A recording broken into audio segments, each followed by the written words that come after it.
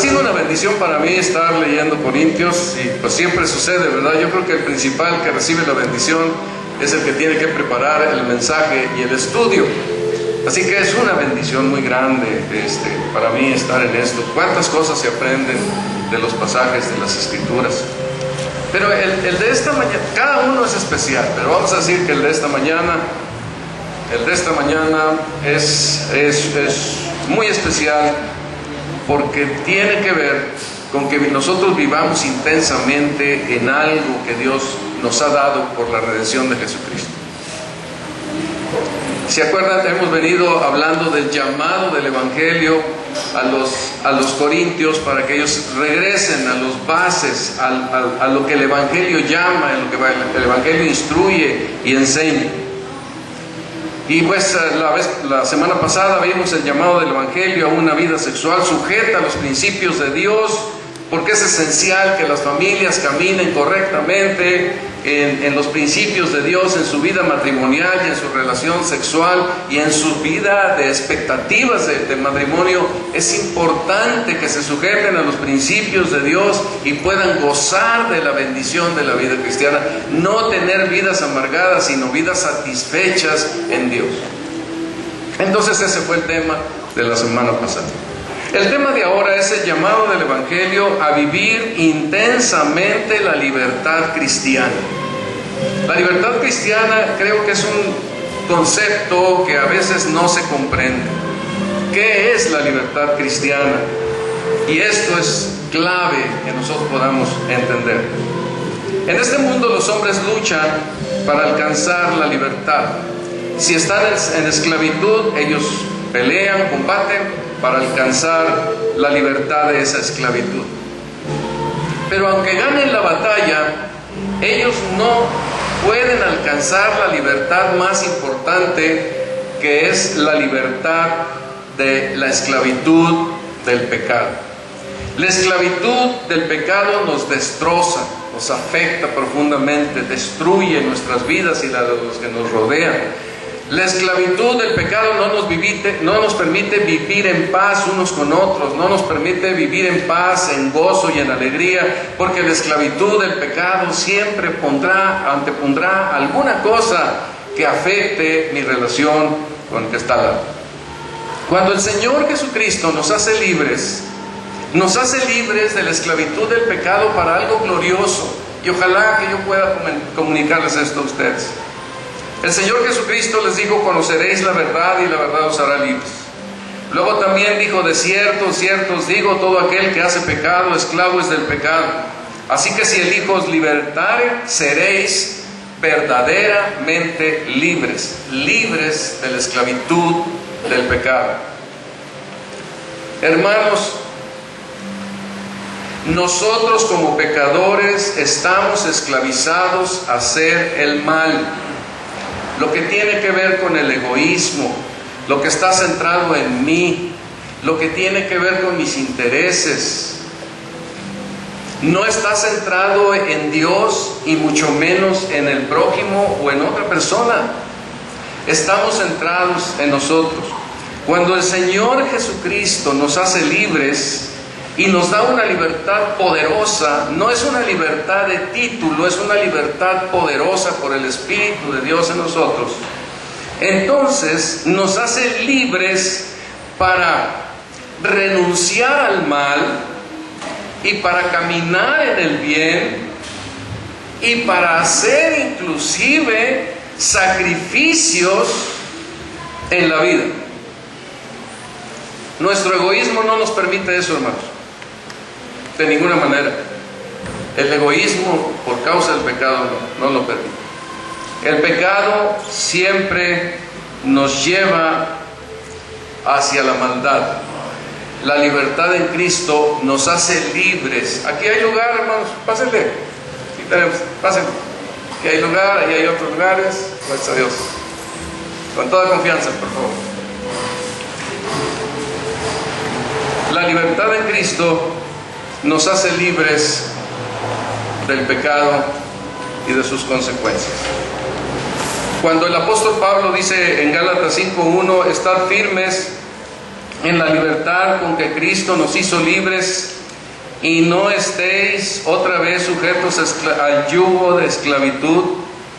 Se está refiriendo a esa libertad de vivir en los principios de la vida cristiana, en caminar sobre los asuntos del bien y en resistir sobre los asuntos del pecado y la maldad.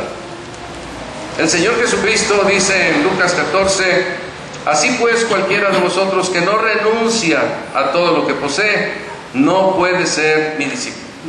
Si no hemos conocido a Cristo como nuestro Salvador personal, no tenemos la libertad cristiana que nos capacita a ese máximo esfuerzo, nivel, sacrificio, como le queramos llamar, que es renunciar.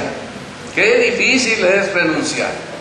Bueno, a eso el Señor nos lleva cuando tenemos la libertad a la que Cristo nos libera. Acuérdense, la libertad es libertad de la esclavitud del pecado. Lo que tenga que ver con el pecado y el egoísmo, nada tiene que ver con esa libertad. Pero esa libertad sí tiene que ver con todo aquello que me permite soltarme de las amarras del pecado y de la maldad, para caminar en una vida de acuerdo y conforme a las instrucciones del Evangelio de Jesucristo. Nos hizo libres. Y precisamente en estos, vamos a comentar los capítulos de 1 Corintios 8, 9 y 10, en donde el apóstol Pablo, en una manera muy enfática, nos dice que nosotros vivamos intensamente la libertad cristiana, en diferentes aspectos. Y la primera que nos enseña es para no estorbar la edificación de los hermanos. Vamos a leer ahí en 1 Corintios capítulo 8, 9 al 13, por favor. Dice ahí: pero mirad que esta libertad vuestra no venga a ser tropezadero para los débiles. Porque si alguno te ve a ti que tienes conocimiento sentado a la mesa en un lugar de ídolos, la conciencia de aquel que es débil ¿no será estimulada a comer de lo sacrificado a los ídolos? Y por el conocimiento tuyo se perderá el hermano débil por quien Cristo murió. De esta manera, pues, pecando contra los hermanos e hiriendo su débil conciencia, contra Cristo pecáis. Por lo cual, si la comida le es a mi hermano ocasión de caer, no comeré carne jamás, para no poner tropiezo a mi hermano. Pues esto requiere un comentario breve. En aquel tiempo, en medio de la iglesia y en medio de un mundo pagano, donde las celebraciones a los ídolos era una cosa de todos los días, cuando uno vive por allá en Puebla y en estos lugares, como hay santos para cada día, entonces hay una celebración de cohetes y de fiestas y de verbena y de todas aquellas cosas cada día de la semana. Así que todos los días uno oye tronar cohetes, ¿verdad? Allá en aquellos estados de Puebla, Veracruz, en aquellos lugares, precisamente por esta idolatría tan fuerte, paganismo tan grande. Los corintios vivían en esa condición y era frecuente, pues se hacían sacrificios de animales para todos estos dioses. Y entonces esos animales sacrificados solamente se mataban. Creo que no había, como con los judíos, pues se consumía todo el animal en fuego. Pero creo que con los paganos no necesariamente era así. Lo que sucedía es que luego aquel toro que había sido sacrificado, o aquel animal que había sido sacrificado, pues lo destazaban y lo vendían en las carnicerías. Se dice que era la mejor carne y se dice que era el mejor precio. Entonces algunas personas entre los creyentes de la iglesia no tenían ningún inconveniente para ir a comprar carne de lo sacrificado a los ídolos, o para ir a fiestas y no preocuparse de si lo que estaban comiendo tenía algo que ver con carne que había sido sacrificada a los ídolos. Así que no preguntaban nada, no tenían ningún problema de conciencia y podían ir a comprar a esas carnicerías o podían en una fiesta comer de aquellas cosas. Pero para otros hermanos era muy delicado el asunto. A ellos les representaba una carga de conciencia no saber si aquella carne que estaba muy sabrosa que estaba muy buena, había sido sacrificada a los ídolos. Y cuando la veían ya sido sacrificada a los ídolos, ellos no compraban en esa carnicería, buscaban comprar en otro lado, porque esa carne había sido sacrificada a los ídolos. Y lo mismo, pues habían, en cuanto a las fiestas, procuraban no ir, porque a lo mejor lo que se iba a servir estaba sacrificado a los ídolos. Y existía entre una facción de la iglesia, los que tenían esta carga de conciencia, y estaban los que no tenían esa carga de conciencia cuando tenían que consumir alguna cosa. No les importaba si estaba o no sacrificada, había sido sacrificada a los hijos. El apóstol Pablo comienza el capítulo 8 indicando que hay bases suficientes para no preocuparse por atender si aquella carne que voy a comer o que voy a comprar ha sido una carne sacrificada a los ídolos. Y en el versículo 4 dice: un ídolo no es nada, o sea, nada es en este mundo, no existe. Si fue sacrificado a los ídolos, pues fue sacrificado a nada, no existe, no hay tal cosa. Lo único que sí hay es un Dios y Padre que nos creó para su gloria, y un Señor Jesucristo por quien todo fue hecho y todo subsiste. Y eso quiere decir que Dios hizo todos los animales y todas las cosas que estaban sacrificando. No eran de los ídolos, ni eran para los ídolos, eran de Dios, porque Él los había creado y era su creación la que se estaba matando ahí. Del Señor es la tierra y su plenitud, les dice a los corintios. Y todas las cosas son de Él y por Él subsisten. Y hay animales y hay todo lo que tenemos en este mundo, porque el Señor Jesucristo es el sustentador de este mundo. No importa que los paganos lo usen para lo que sea, no importa que los hombres manejen las cosas como les dé su gana para otros intereses que nada tengan que ver con Dios, son de Dios. Nadie se las quita, nadie puede hacer ninguna cosa para quitárselas. Y si hicieron algo, darán cuentas en el día del juicio por haber hecho lo que hicieron. Entonces el apóstol Pablo les dice que las viandas, las comidas no afectan vuestra vida cristiana, no afectan su relación con Dios. Si yo como, no pasa nada. Y si no como, versículo 8, no pasa nada. Creo yo que existe la idea, especialmente en las cuestiones que estudian las religiones de misterio, que tienen que ver con el misticismo, de que hay símbolos y hay asuntos y cosas, objetos, personas, imágenes que tienen alguna influencia sobre las personas, que tienen algo que ver, porque ya en sí mismas traen una maldad contenida.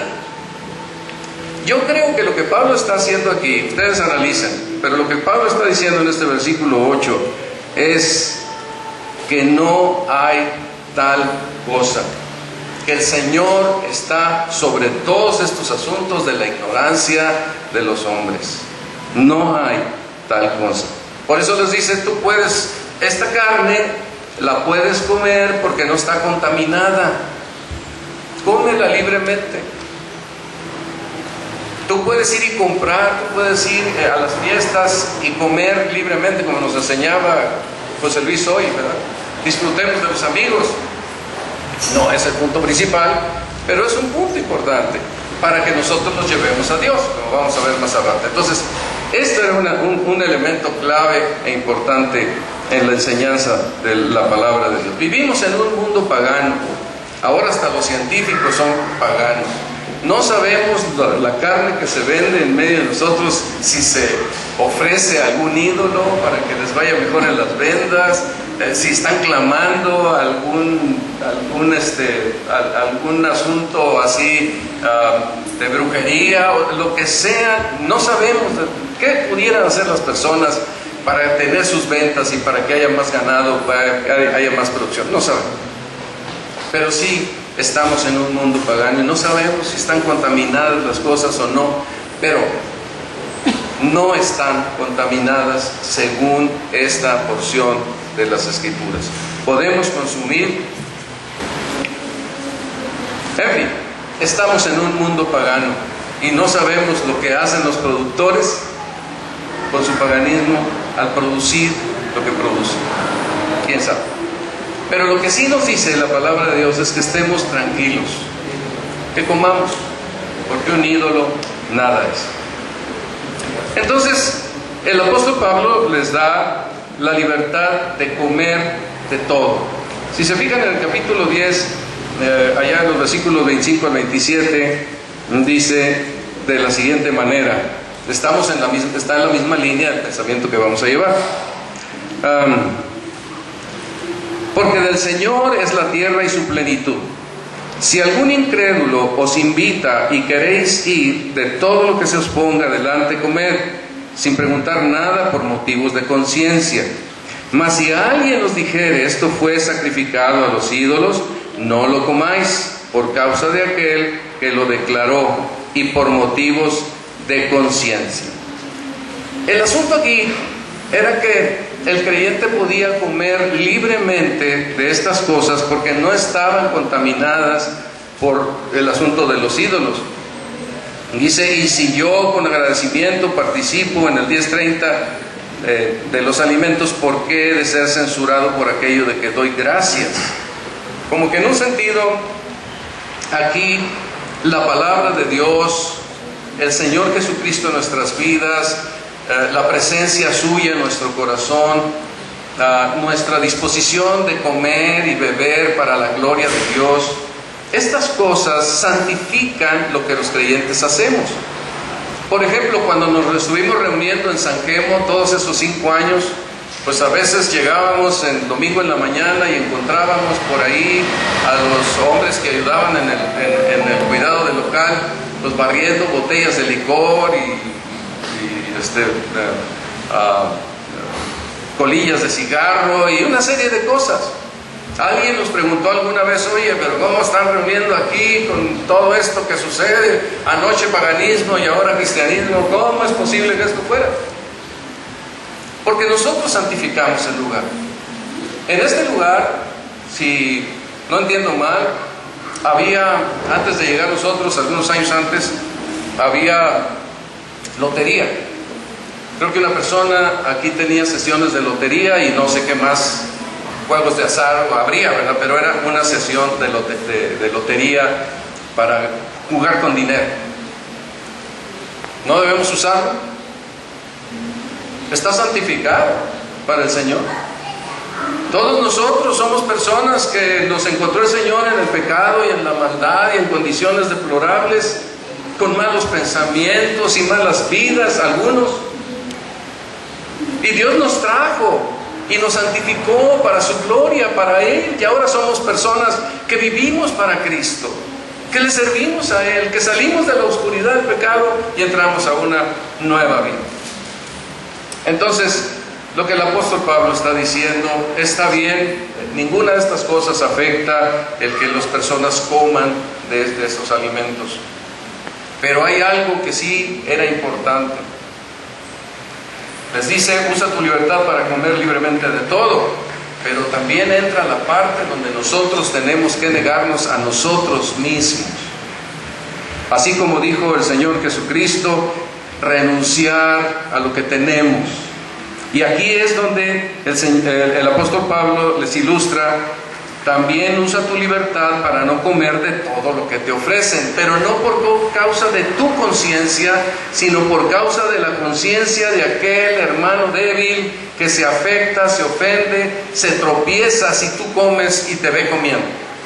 Ahí pueden ustedes observar en el capítulo 8, dice en el versículo 10, porque si alguno te ve a ti, yo estoy comiendo en una fiesta, es mi amigo, aquel hombre que no es creyente, es mi amigo y voy, y entonces como y como de lo que sea, pero llega por ahí un creyente que tiene una conciencia sensible, él tiene una conciencia que se siente culpable por aquellas cosas y te ve a ti.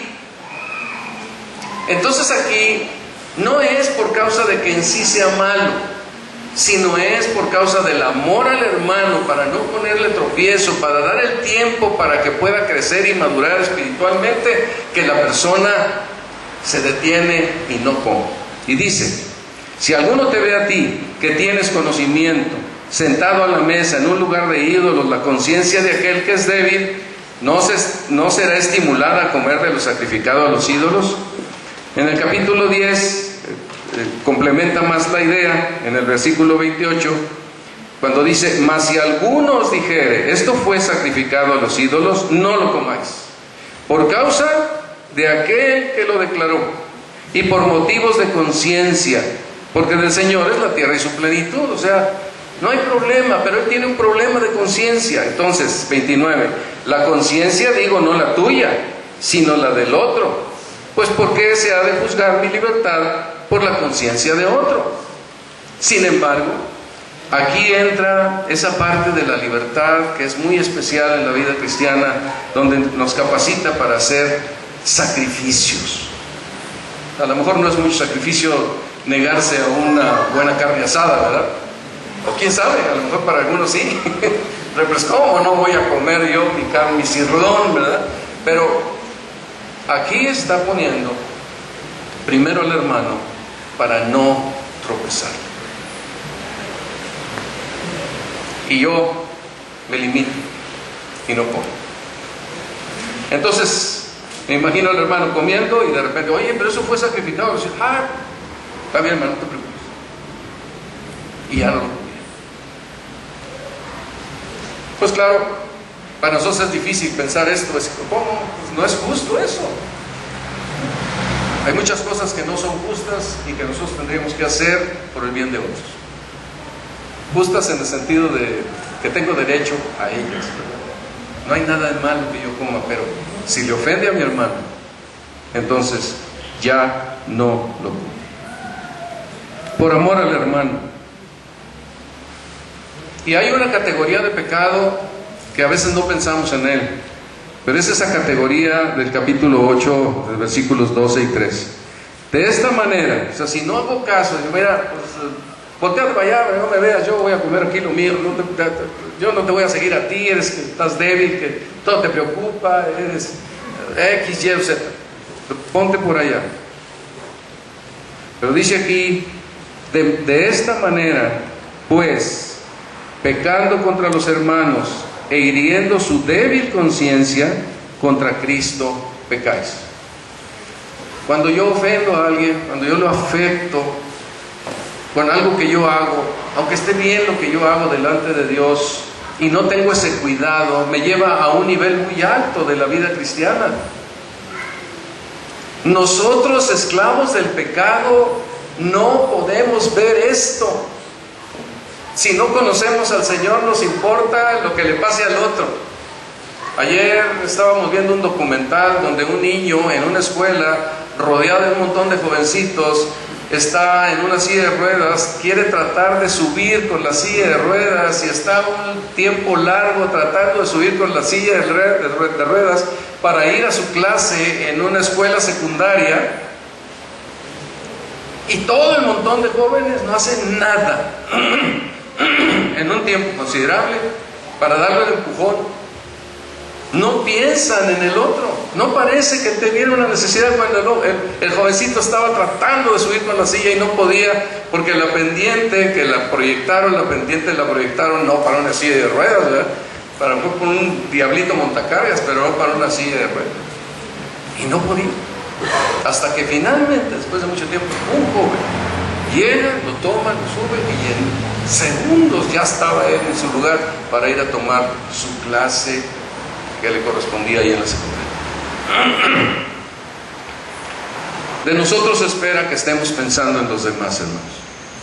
Nosotros no podemos pasar la vida pensando en nosotros mismos, centrados en nosotros mismos, porque lo esencial de la vida cristiana es pensar en los demás.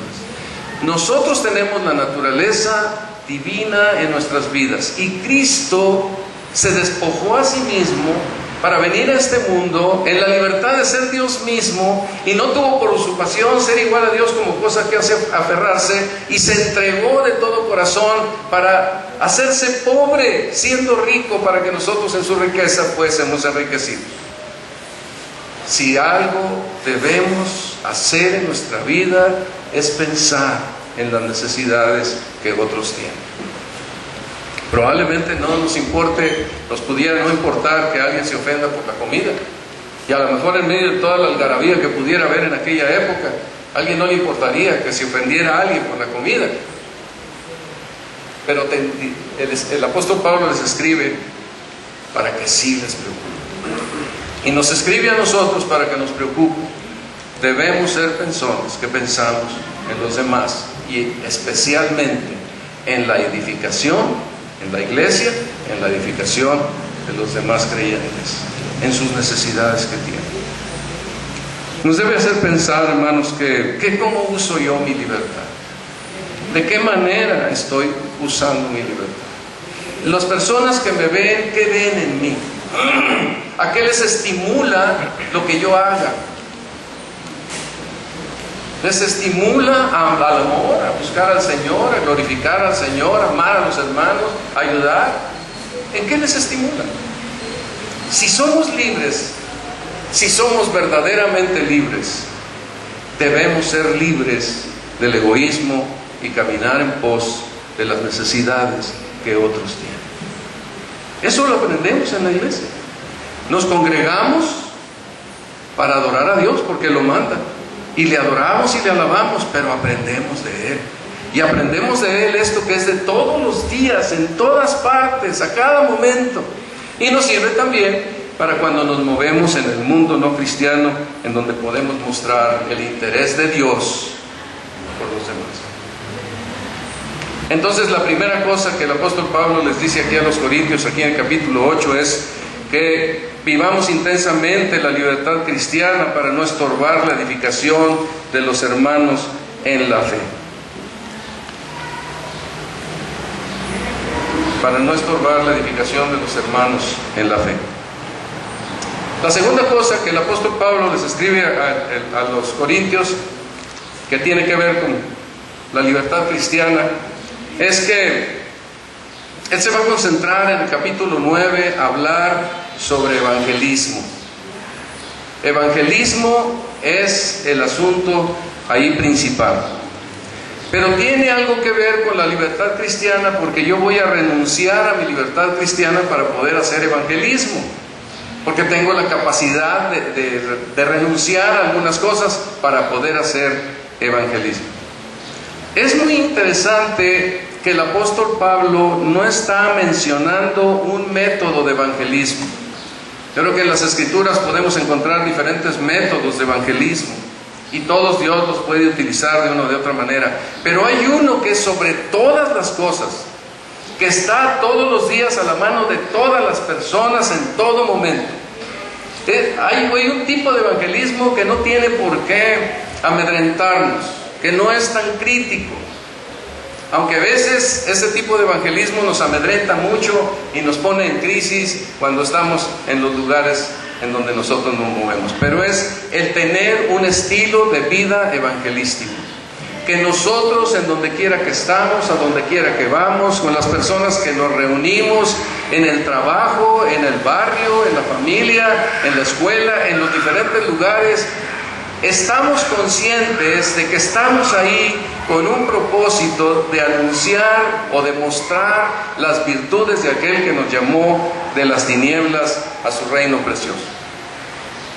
Este estilo de vida es un énfasis que el apóstol Pablo hace aquí a los corintios. Ellos iban a mover en muchos lugares, aún en fiestas paganas, en muchos lugares.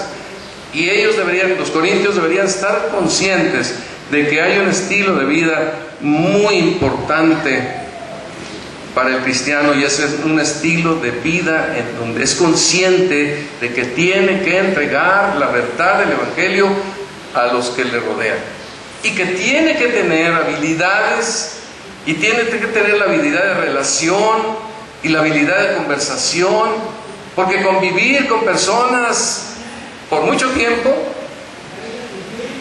implica tener sabiduría en el trato con las personas, sazonar con sal, como dice Colosenses, nuestra relación con las personas, a fin de que ellas puedan ser atraídas por la luz del evangelio que yo estoy reflejando y que yo estoy comunicando.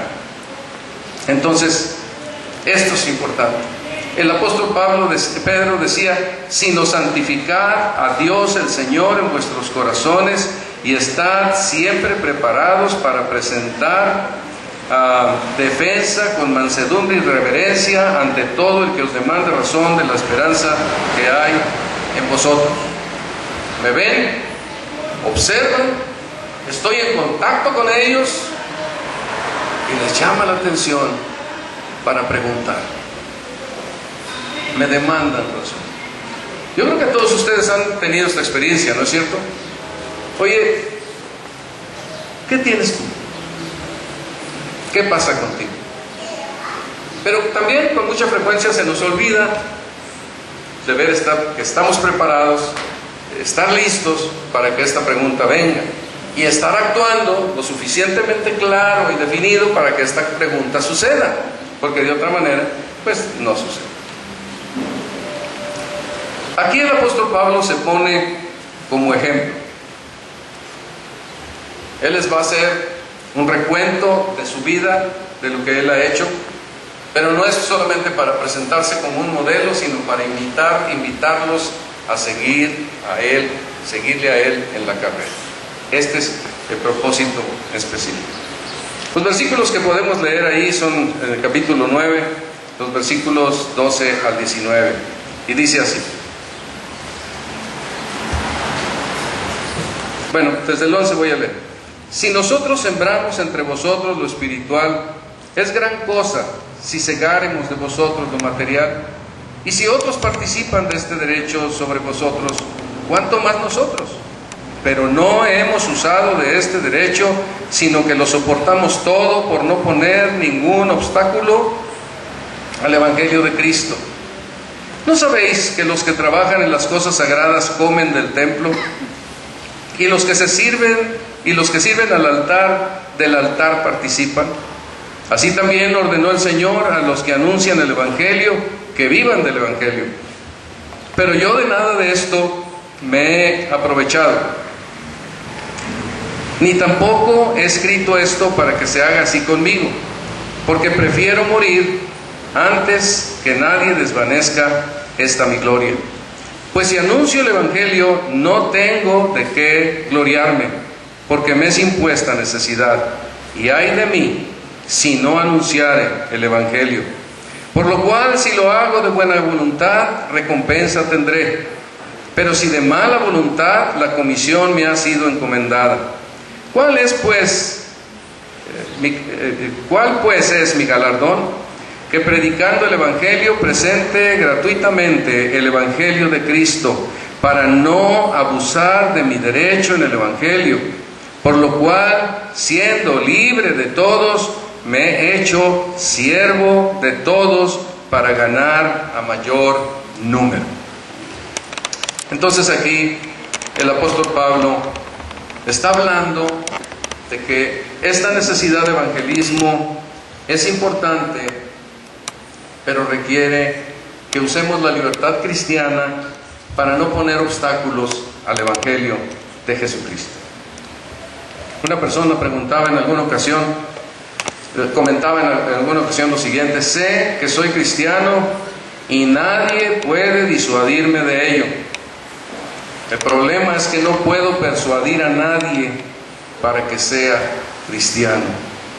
Y le dijo a alguien: ¿puedes ayudarme? Y hermanos, pues yo espero que los comentarios de este capítulo puedan servir para tener una idea que nos ayude a poder convencer a otros de la fe y llamarles al Evangelio. Al final de cuentas, esto es tan esencial que el día de Cristo Jesús tendremos que dar cuentas al Señor de qué hicimos con nuestra fe. La compartimos, algunos pudieron venir, no es nuestra la función de que se conviertan, pero sí es nuestra la función de que se compartan. No es nuestra la función de que ellos nazcan de nuevo, pero sí es nuestra la función de mostrar una vida congruente con el Evangelio para que se convenzan del Evangelio. A través de nuestra palabra y a través de nuestro testimonio, Dios va a llamar a las personas que Él tiene destinadas para salvación. Y esto es esencial.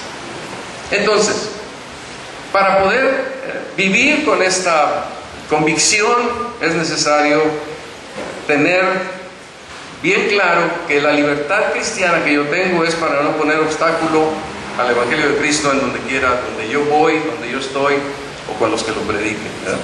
Es lo que hacemos. Entonces Pablo les muestra en primer lugar a los hermanos corintios que él usa su libertad para renunciar a sus derechos normales y legítimos. Y si nosotros leemos del versículo 12 hasta el versículo 15, entonces encontramos que él ha renunciado a una vida normal. Dice, no tenemos derecho a comer y beber. No tenemos, dice primero, no soy apóstol, no soy libre, no tengo derecho a comer y beber o a traer a una hermana como esposa. No tengo derecho a no trabajar y dedicarme completamente a vivir del Evangelio y de predicar el Evangelio. Y el apóstol Pablo explica que tiene derecho y que él le ha sido concedido porque es apóstol de Cristo. Sin embargo, él tiene que decirles a los corintios, yo renuncié a todas estas cosas para no poner obstáculo al Evangelio de Cristo. La semana pasada, cuando platicamos sobre la cuestión del Evangelio y lo que tiene que ver con los principios en cuanto a la sexualidad, ¿se acuerdan que una de las partes importantes del pasaje del capítulo 7 de 1 Corintios es que las personas les recomendaba el apóstol Pablo de permanecer en su soltería? Y representaba, les pedía que permanecieran en su soltería como un sacrificio que tenía primero las cosas que no se ven, las eternas, y en segundo lugar las cosas que se ven, las temporales. Es bueno que una persona tenga su hogar, se case, etc. Pero hay veces que no es tan bueno. Es más bien riesgoso, peligroso, problemático, conflictivo. A veces es mejor estar solo para poder huir o salir o correr, según las presiones y las situaciones que puedan venir. A veces no. Como quiera que sea, Dios muchas veces llama a personas a mantener una soltería. A veces se casan, se pueden quedar viudos y después Dios les dice que queden solteros. A veces quedan en una soltería, pero no debe de ser de ninguna manera un obstáculo al gozo y a la felicidad en Cristo Jesús. Y lo que ahí nos dijo es: observen siempre lo eterno, o vean lo eterno, y confíen en Dios. Si Él tiene a alguien para la vida, Él traerá a la persona para la vida y habrá un buen resultado para la gloria de Dios. Pero esperemos en Dios y confiemos en Él. Y ahí está presentando pues diferentes asuntos que ustedes los pueden leer en 1 Corintios 7, cuando habla de el tiempo es corto porque Cristo viene, cuando habla de que la tribulación presente por las circunstancias que estaban en ese momento y probablemente se avecinaban, y que también decía: no te preocupes, en la condición que Dios te llamó no hay ningún problema, no te dé cuidado, tú sigue adelante con tu vida y lo que Dios te permita alcanzar, hazlo, lógralo, tenlo, etcétera, todas estas cosas. Pero hay un énfasis ahí en cuanto a la soltería, y en cuanto a la soltería como algo que se entrega para un servicio al Señor, cuando Dios le trae esa convicción y el don de continencia, ¿verdad? Que es lo que nos presenta ahí la Escritura. Entonces, aquí el apóstol Pablo renuncia a su libertad de esos derechos normales, de comer, beber, tener una esposa y tomar del salario del Evangelio para vivir y no trabajar. Sabemos que el apóstol Pablo trabajaba en diferentes ocasiones. Yo creo que la mayor parte de su ministerio lo hizo trabajando, haciendo tiendas de campaña, probablemente asociado con Aquila y Priscila la mayor parte del tiempo, pero él trabajaba duro, intenso, y de esa manera él ganaba su sustento, pero lo hacía para no poner obstáculo al Evangelio de Cristo. También hay otra parte que les enseña a los corintios ahí en los versículos 16, por ejemplo, 16 al 18, dice: pues si anuncio el Evangelio, no tengo de qué gloriarme, porque me es impuesta necesidad, y ay de mí si no anunciare el Evangelio. Por lo cual, si lo hago de buena voluntad, recompensa tendré. Pero si de mala voluntad, la comisión me ha sido encomendada. ¿Cuál es mi galardón? Que predicando el Evangelio presente gratuitamente el Evangelio de Cristo para no abusar de mi derecho en el Evangelio.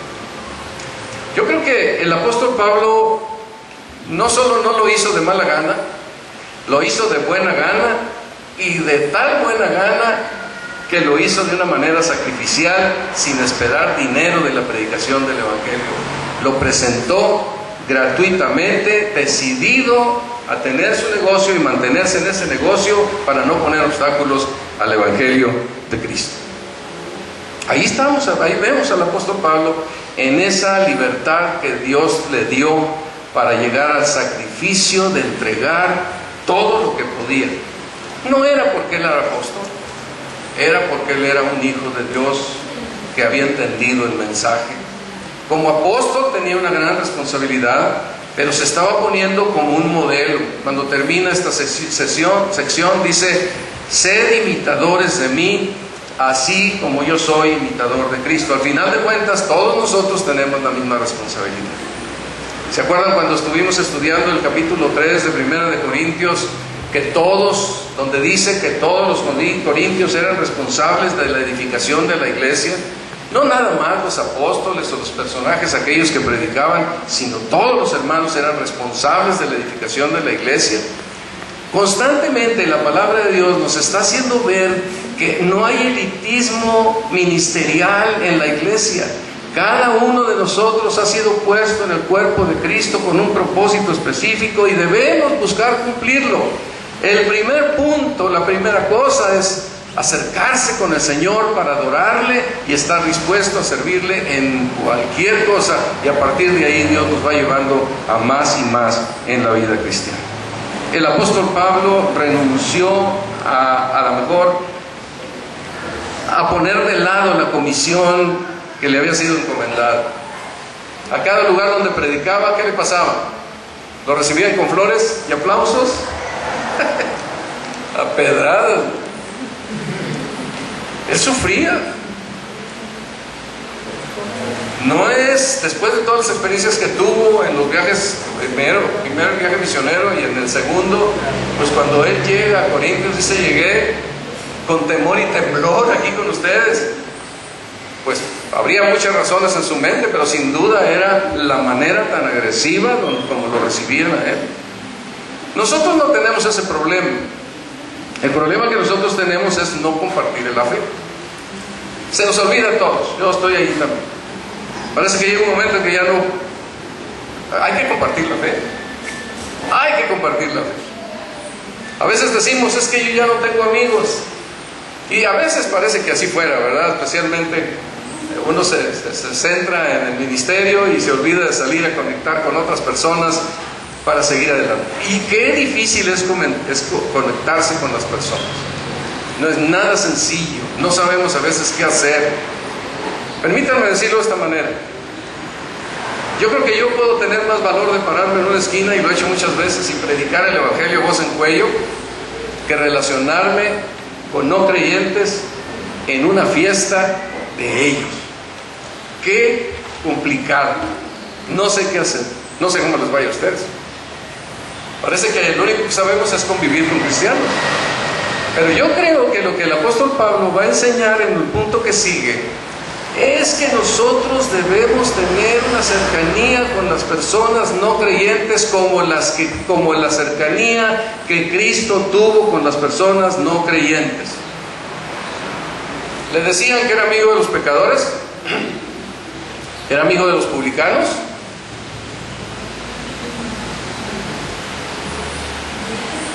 Pues a mí no me van a decir que yo soy amigo del vecino, porque ni lo veo.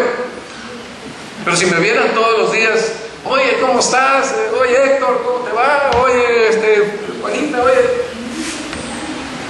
qué gusto saludarte, ¿cómo te encuentras? ¿Qué pasó? ¿Tu problema que tenías? ¿Quieres que ore por él? ¿Alguna conexión así directa? Entonces yo sería amigo de ellos. Pero si alguien pregunta en el barrio, dice: este señor es amigo de los que están aquí, va a decir que no. Y a lo mejor yo me sentiría muy bien, que yo no me junto con los pecadores. Son buenas personas, necesitan el Evangelio, pero estamos lejos de ellos. En la experiencia que yo he tenido en la vida cristiana, la parte más difícil es la que el Señor Jesucristo hacía todos los días y la que Pablo hizo en su experiencia también: convivir con no creyentes, convivir con incrédulos. El apóstol Pablo dice en el versículo 19: por lo cual, siendo libre de todos, me he hecho siervo de todos para ganar a mayor número.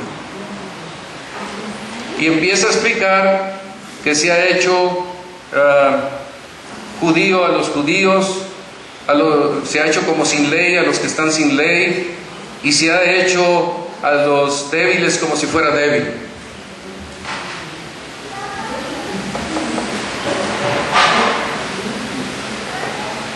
Para que el otro sepa que yo soy como él, se necesita contacto, se necesita tiempo.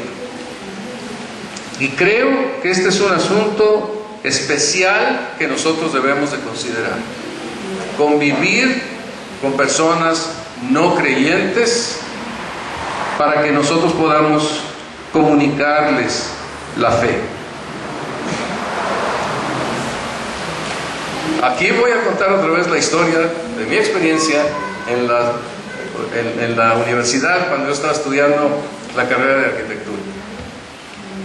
3 años estuve predicando el Evangelio en la Facultad de Arquitectura intensamente. A 3 amigos que lo hacíamos ahí ya nos decían San Juan, San Pedro y San Pablo, ¿verdad? Porque constantemente nos encontraban. Había un tiempo y estábamos en los pasillos de la universidad comunicando la fe del Evangelio, en los salones, en grupos, en donde sea. De veras, yo estoy admirado de la cantidad de oportunidades que se abrieron con la decisión de predicar el Evangelio constantemente en la escuela. Pero tuve un problema: no hice contacto con ellos en aquella época, me aislé.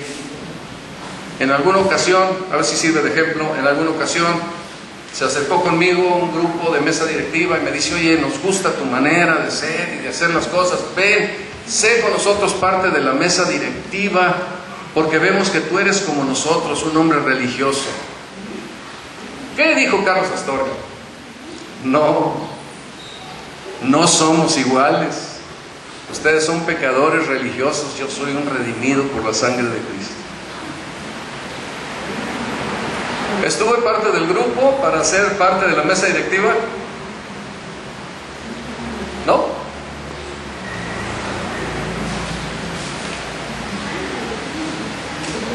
Constantemente estaba hablándoles del Evangelio.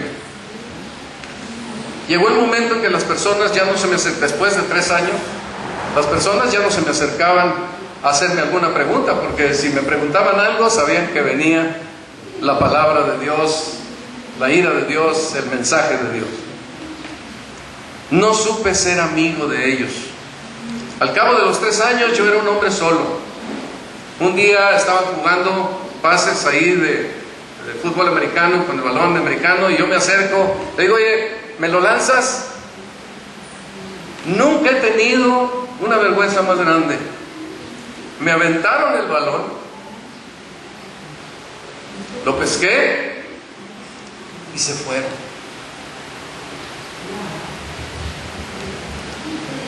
Pero lo que agravó todo fue cuando nos dieron un trabajo para hacer en equipo. Nadie quiso que yo estuviera en su equipo. Pero lo peor del caso es que nada más 2 quedamos fuera de ser parte del equipo, porque los 2 teníamos la misma fama de insoportables. Un ateo orgulloso, tremendo, y yo, el cristiano que predicaba el mensaje del Evangelio. No saben cómo me avergoncé. Luego el maestro me dice: bueno, Ya que nadie los quiere, júntense ustedes dos, ¿no? Imagínense la mirada de los compañeros en el salón de clases. Los dos apestábamos igual, uno ateo y el otro cristiano.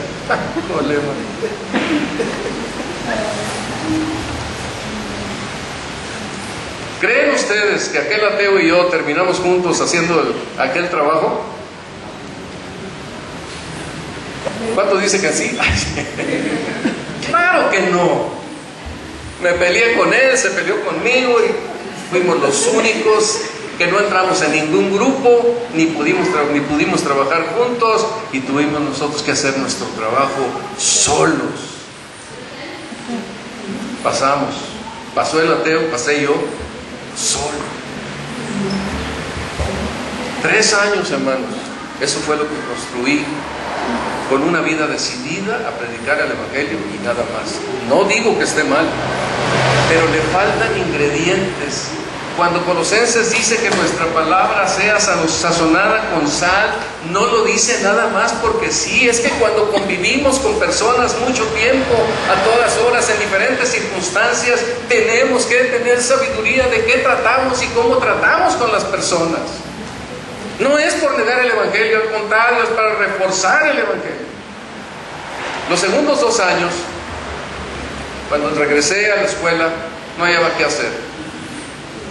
Y por providencia de Dios, se me acercó el grupo de los traviesos, de hombres que eran inteligentes, pero pues lo que en mi época se decía pránganas, muchachos que les importaba un comino lo que pasaba en la escuela, asistían o no asistían, todo esto que ustedes saben. Se me acercaron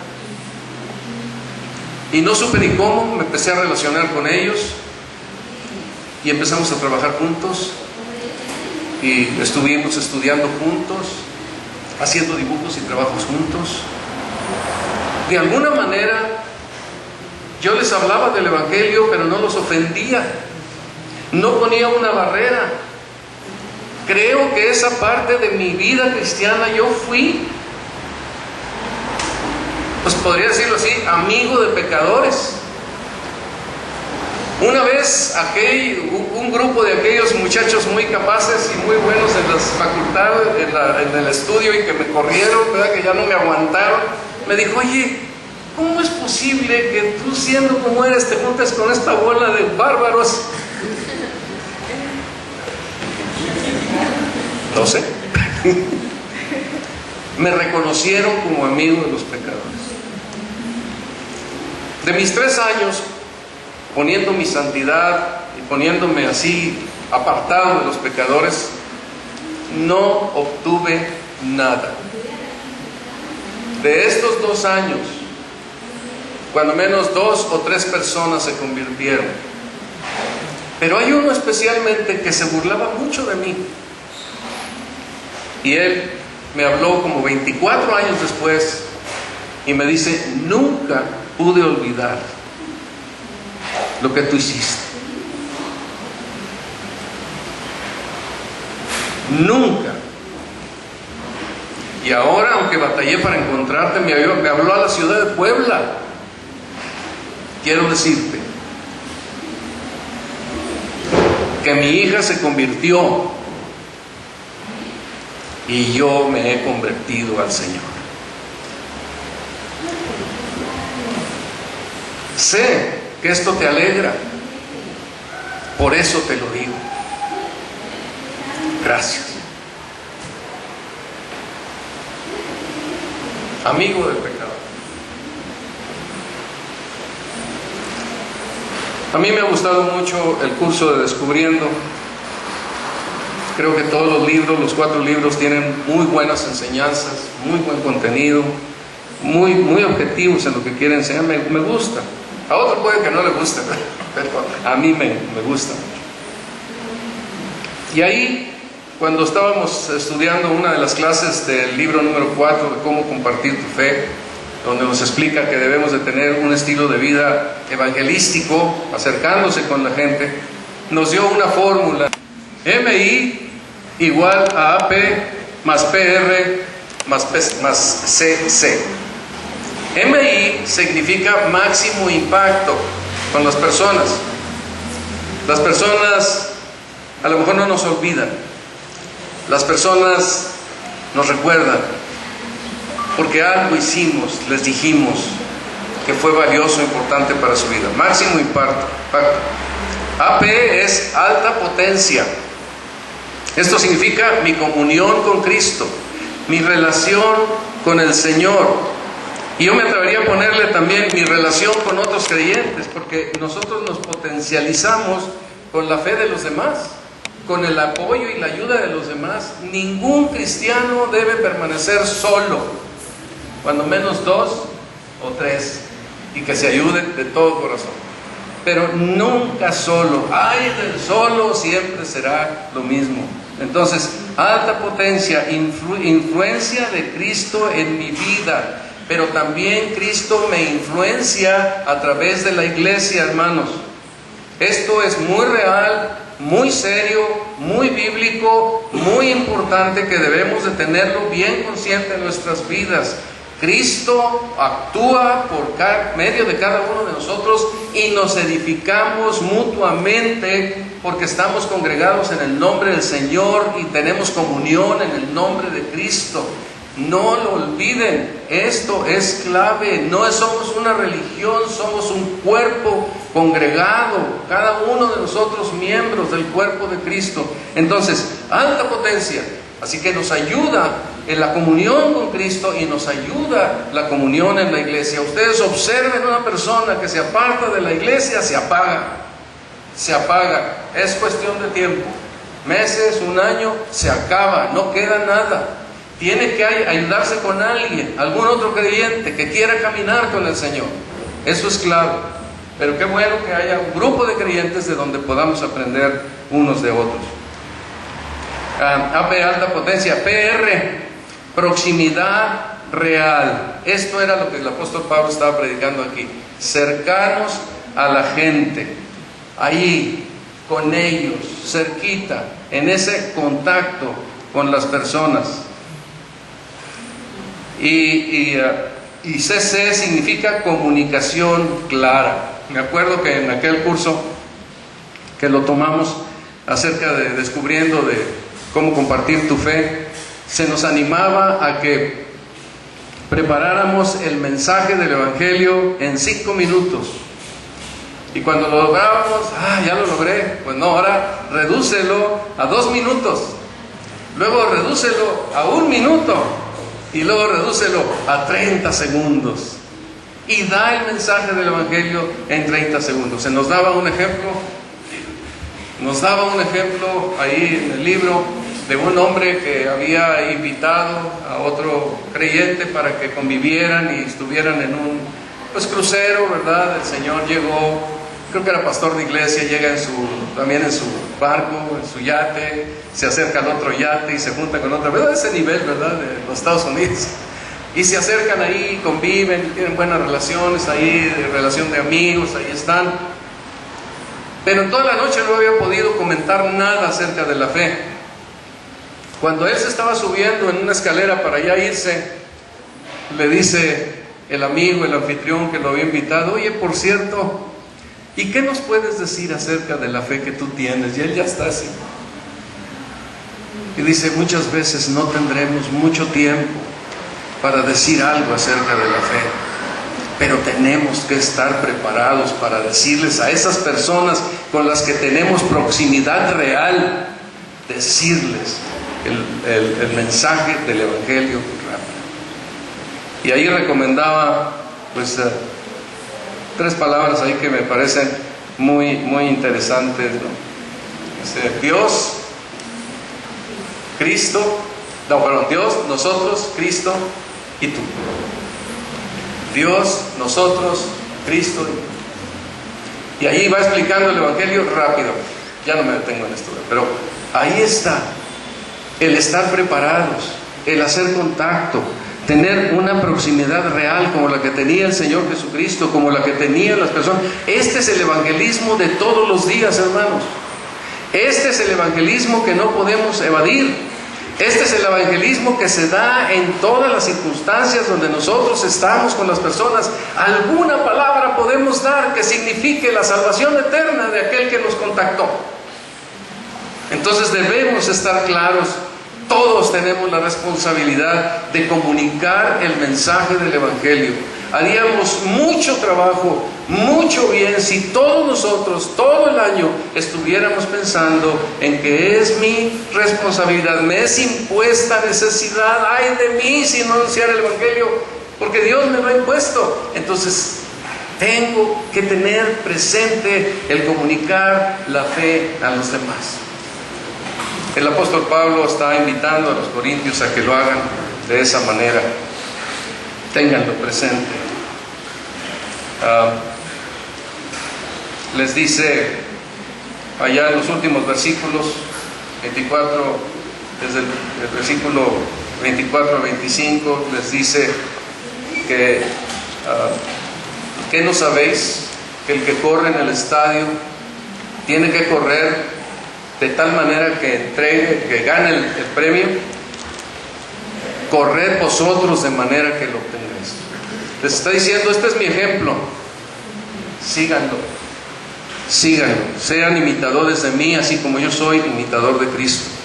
Somos responsables, hermanos, de hacer un contacto cercano con la gente que no conoce a Dios, que tengamos la capacidad de ser amigos de ellos, que no hagamos barreras como las que yo hice, barreras de santidad, yo soy un apartado, ¿verdad?, separado de Dios. No, que seamos amigos de los pecadores para que ellos puedan conocer el mensaje del evangelio. Y esta es una cosa clave: no ser amigos de los pecadores sin la intención de presentar el mensaje del evangelio, porque entonces nos vamos a dar una tropezada de aquellas. Sin esa intención, pues es como estar jugando con gasolina, va a explotar el asunto. El apóstol Pablo lo hizo para que de todas maneras pudiera ganar a algunos, y así debemos hacerlo nosotros, amigos de los pecadores para ganarlos para Cristo. Esto es lo que Dios está esperando de nosotros. Y el último punto, este tiene que ver con lo que el Señor Jesucristo le dijo al paralítico de Betesda y también a aquella mujer sorprendida en adulterio después de que el Señor los sanó y los perdonó. Les dijo a los dos: no peques más, no peques más. Siempre vamos a pecar, es cierto, pero también es cierto que desde que conocimos al Señor cada día pecamos menos es, cada vez vamos aprendiendo más a depender del Señor para vivir para el Señor Jesucristo. Y en esta última parte, en el capítulo 10, el apóstol Pablo da dos aspectos muy importantes. Uno de ellos es que les muestra cómo los judíos tuvieron de parte de Dios suficiente protección y provisión. En los primeros versículos del 1 al 4 tuvieron suficiente protección y provisión para todos ellos, de tal manera que todos estaban bajo la nube, todos cruzaron el río Jordán, el Mar Rojo lo cruzaron libremente, con toda seguridad. Todos tuvieron el maná como comida y todos bebieron de la roca que era Cristo. Es provisión suficiente. La gracia de Dios es suficiente para fortalecernos y sostenernos constantemente. Nos ha equipado lo suficiente para que nosotros andemos en una nueva vida. Y dice en los siguientes versículos, comienza y termina estos párrafos ahí del versículo 6 al versículo 11, donde dice que todas las cosas sucedieron como ejemplo para nosotros. Aquella gracia de Dios que les había equipado, y cuando fueron tentados ellos debieron de salir adelante en aquel problema. Y entonces dice: no codiciemos, tenemos la libertad para decirle no al pecado. Versículos 6, 7, 8, 9 hasta el 10. No codiciemos, no seáis idólatras, no forniquemos, no tentemos al Señor, ni murmuréis. 5 cosas de las cuales 2, el apóstol Pablo como que no se mezcla, cuando habla de seáis idólatras y cuando habla de ni murmuréis. Pero en las otras él sabía que también tenía el riesgo de pecar contra Dios. No codiciemos, no forniquemos, no tentemos al Señor. Y bueno, se puede explicar mucho aquí, pero permítanme, para no tomar más tiempo, decirles ahí. El ejemplo aquí está: usa tu libertad para no pecar contra el Señor. Lucha todas las veces, tómate del Señor para resistir al diablo. Viene por todos lados, como lo vemos en estas historias, ataca por todas partes, entra de todas maneras, pero tenemos la capacidad, por la gracia de Dios, para decirle no. La libertad que Dios nos ha dado es la libertad de la esclavitud del pecado, y con esa libertad podemos resistir a Satanás. Y el versículo clave aquí están en los versículos 12 y 13, ahí en el capítulo 10. Dice el versículo 12: así que el que piensa estar firme, mire que no caiga. Mantenernos firmes, procurar no caer, estar listos, luchar para no caer en las tentaciones que vienen. Pero luego dice, nos habla de la gracia de Dios. Dice el apóstol Pablo, para todos, para los corintios y para nosotros, no os ha sobrevenido ninguna tentación que no sea humana, pero fiel es Dios, que no os dejará ser tentados más de lo que podéis resistir, sino que dará también juntamente con la tentación la salida para que podáis soportar. Esto es gracia suficiente, hermanos. Tenemos garantizado aquí que ninguna tentación que llegue a nuestra vida nos podrá abatir, porque Dios es fiel, que no dejará que seamos tentados más allá de nuestra capacidad, y además Él dará la salida para que podamos soportar la tentación. No significa que cuando resistimos la tentación automáticamente se va, aunque ciertamente dice la palabra de Dios: resistid al diablo y huirá de vosotros. Pero lo que sí significa es que Dios, si Satanás no se va o tarda en huir de nosotros, pues Dios nos pondrá la reserva, nos ha dado la reserva suficiente para soportar la tentación hasta que Dios diga se acabó. Es una garantía de parte de Dios. Así que aquí el apóstol Pablo nos está animando a los corintios a vivir intensamente la libertad cristiana para no pecar contra Dios. Entonces, primero, vivir la libertad cristiana renunciando para no estorbar la edificación del creyente. Segundo, vivir la libertad cristiana haciendo el sacrificio que sea necesario para que yo pueda comunicarme con los pecadores, conectarme con ellos, tener relación con ellos, para ganarlos para Cristo, para que me vean, para que mi luz les ilumine. Y la tercera cosa es vivir intensamente la libertad cristiana para no pecar contra Dios, para mantenernos limpios, firmes, yendo adelante, para no atentar contra la santidad de Dios y afectar nuestra vida cristiana. Y es para nosotros, a quienes han alcanzado el final, los fines de los siglos, dice ahí en el versículo 11. No podemos voltear a ningún otro lado, es a nosotros, es a ustedes, hermanos, y a mí, a quien nos está dando esta verdad de la palabra de Dios. Y aquí concluye el mensaje, aunque tiene dos comentarios que nomás para ya no tomar más tiempo, se los digo brevemente. En los versículos 14 al 22, el apóstol Pablo está haciendo una exhortación a aquel hermano débil que se estaba tropezando cuando estaba observando que el creyente estaba comiendo algo sacrificado a los ídolos, y le dice que no participe en las fiestas. Tú que eres débil, que luego te sientes tentado a irte a estas fiestas, no lo hagas, porque tú eres parte del cuerpo de Cristo y no puedes tener parte con ellos. Y se dirige a ellos. La segunda exhortación está del versículo 14 al 22, donde el apóstol Pablo le da un mandato, del 23 al 33, le da un mandato al hermano fuerte. Come de lo que quieras, lo que te pongan delante, compra, no tienes problema, no se puede juzgar tu conciencia, pero si alguien te dice, por él, no lo comas, sacrifícate por el hermano y no lo tropieces en su crecimiento espiritual. Y el último punto que presenta aquí el apóstol Pablo es el versículo 1 del capítulo 11, que hasta allá llega esta sección, y es: sed imitadores de mí, así como yo de Cristo. Así que, hermanos, pues tómenlo en cuenta. Pensemos que somos libres, porque ya no estamos bajo la esclavitud del pecado, y somos libres para andar en aquellas cosas que tienen que ver con la libertad de la esclavitud del pecado. Que el Señor les bendiga. Muchas gracias.